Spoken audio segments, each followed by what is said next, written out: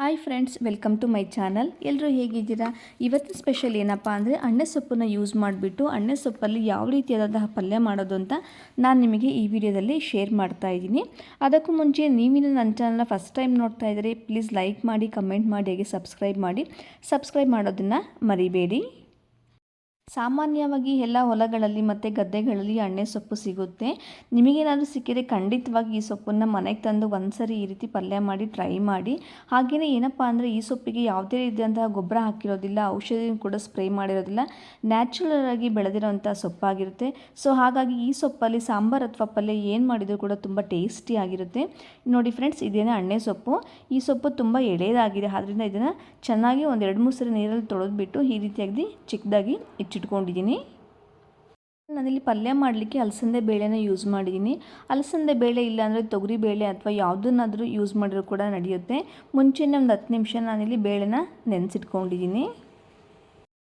Next ನಾನು ಒಂದು ಪ್ಯಾನ್ನ gas stove ಮೇಲೆ ಇಟ್ಟು ಅದಕ್ಕೆ ಸ್ವಲ್ಪ ಎಣ್ಣೆ ಹಾಕಿ, ಎಣ್ಣೆ ಮೇಲೆ ಬಿಸಿ ಆದಮೇಲೆ ಒಂದು ಸ್ವಲ್ಪ ಸಾಸಿವೆ, ಹಾಗೆಯೇ ಇದಕ್ಕೆ 1 ಗಡ್ಡೆಯಷ್ಟು ಸಿಪ್ಪೆ ತೆಗೆದಿರೋಂಥ ಬೆಳ್ಳುಳ್ಳಿನ ಕೂಡ ಸೇರಿಸ್ತಾ ಇದ್ದೀನಿ.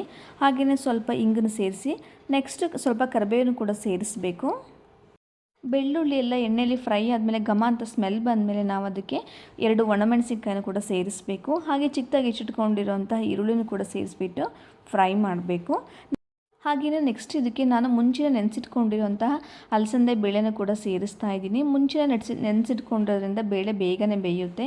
ಹಾಗಾಗಿ ಜಾಸ್ತಿ ನಾವು ಗ್ಯಾಸ್ ಸ್ಟವ್ ಮೇಲೆ ಇಟ್ಟು ಬೇಯಿಸೋಂಥ ಅವಶ್ಯಕತೆ ಇರೋದಿಲ್ಲ. ಇಲ್ಲಿ ನೋಡಿ ಫ್ರೆಂಡ್ಸ್, ಜಸ್ಟ್ ಒಂದು 5 ಮಿನಿಟ್ಸಲ್ಲೇ ಬೇಳೆ ಎಲ್ಲ ನೀಟಾಗಿ ಸಾಫ್ಟಾಗಿ ಬೆಂದಿರುತ್ತೆ. ನೆಕ್ಸ್ಟ್ ನಾವು ಇದಕ್ಕೆ ಈ ಸ್ಟೇಜಲ್ಲೇ ಹೆಚ್ಚಿಟ್ಕೊಂಡಿರೋಂಥ ಸೊಪ್ಪನ್ನು ಕೂಡ ನಾವಿಲ್ಲಿ ಸೇರಿಸಬೇಕು. ಸೊಪ್ಪನ್ನು ಜಾಸ್ತಿ ಬೇಯಿಸೋವಂಥ ಅವಶ್ಯಕತೆ ಇರೋದಿಲ್ಲ. ಯಾಕಪ್ಪ ಅಂದರೆ ನಾನು ಮುಂಚೆನೇ ಹೇಳಿದ್ದೆ, ಇದು ಎಳೆ ಸೊಪ್ಪಾಗಿರುತ್ತೆ.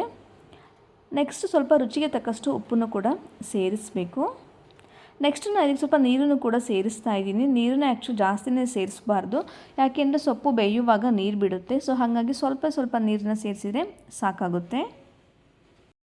ಸೊಪ್ಪನ್ನು ನಾವು ತುಂಬ ಹೈ ಫ್ಲೇಮಲ್ಲಿ ಬೇಯಿಸಬಾರ್ದು. ಹಾಗೆಯೇ ತುಂಬ ಜಾಸ್ತಿ ಹೊತ್ತು ಕೆಲವರೆಲ್ಲ ಏನು ಮಾಡ್ತಾರಪ್ಪ ಅಂದರೆ ಸೊಪ್ಪನ್ನು ಚೆನ್ನಾಗಿ ಒಂದು 10 ನಿಮಿಷ, 1/4 ಗಂಟೆ, 20 ನಿಮಿಷ ತನಕ ಬೇಯಿಸ್ತಾರೆ.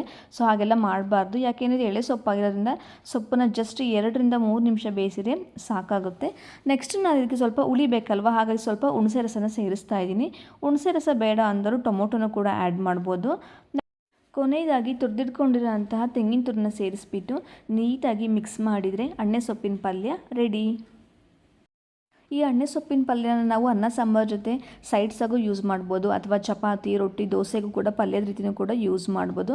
ಎಲ್ಲರೂ ಕೂಡ ತುಂಬ ಇಷ್ಟಪಟ್ಟು ತಿಂತೀವಿ. ಯಾಕಪ್ಪ ಅಂದರೆ ಈ ಸೊಪ್ಪಲ್ಲಿ ನಾನು ಮುಂಚೆನೇ ಹೇಳಿದ್ದೆ, ಯಾವುದೇ ರೀತಿಯಾದಂತಹ ಕೆಮಿಕಲ್ಸ್ ಯೂಸ್ ಮಾಡದೆ, ಗೊಬ್ಬರ ಹಾಕ್ತೇನೆ, ನ್ಯಾಚುರಲಾಗಿ ಬೆಳೆದಿರೋಂಥ ಸೊಪ್ಪಾಗಿರುತ್ತೆ. ಖಂಡಿತವಾಗ್ಲೂ ನಿಮಗೇನಾದರೂ ಈ ಸೊಪ್ಪು ಸಿಕ್ಕಿದರೆ ತೊಗೊಂಡು ಬಂದು ಟ್ರೈ ಮಾಡಿ. ತುಂಬಾ ರುಚಿಯಾಗಿತ್ತು, ತುಂಬಾ ಟೇಸ್ಟಿ ಆಗಿತ್ತು.